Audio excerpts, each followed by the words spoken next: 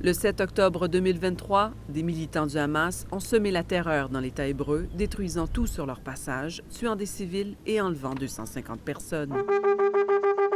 184 jours plus tard, des milliers d'Israéliens ont pris part à un grand rassemblement en soutien aux familles des captifs et pour démontrer leur colère envers le gouvernement israélien.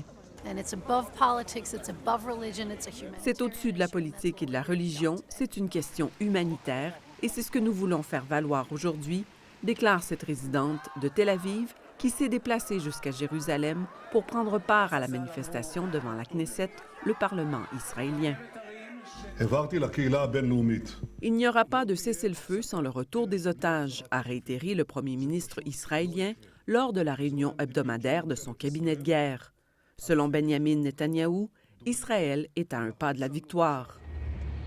L'armée israélienne a d'ailleurs annoncé le retrait de la majorité de ses troupes qui opéraient à Khan Younes, la plus grande ville du sud de l'enclave palestinienne.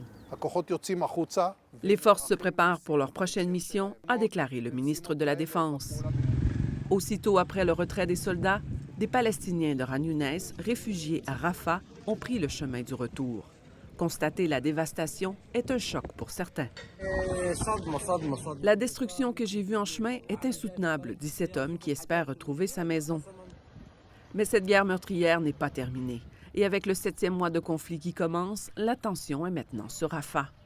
Le gouvernement israélien dit toujours vouloir lancer une opération terrestre contre cette ville du Sud où s'entassent près de la moitié des Gazaouis qui ont fui les bombardements israéliens. Ici Carla Oliveira, Radio-Canada, Montréal.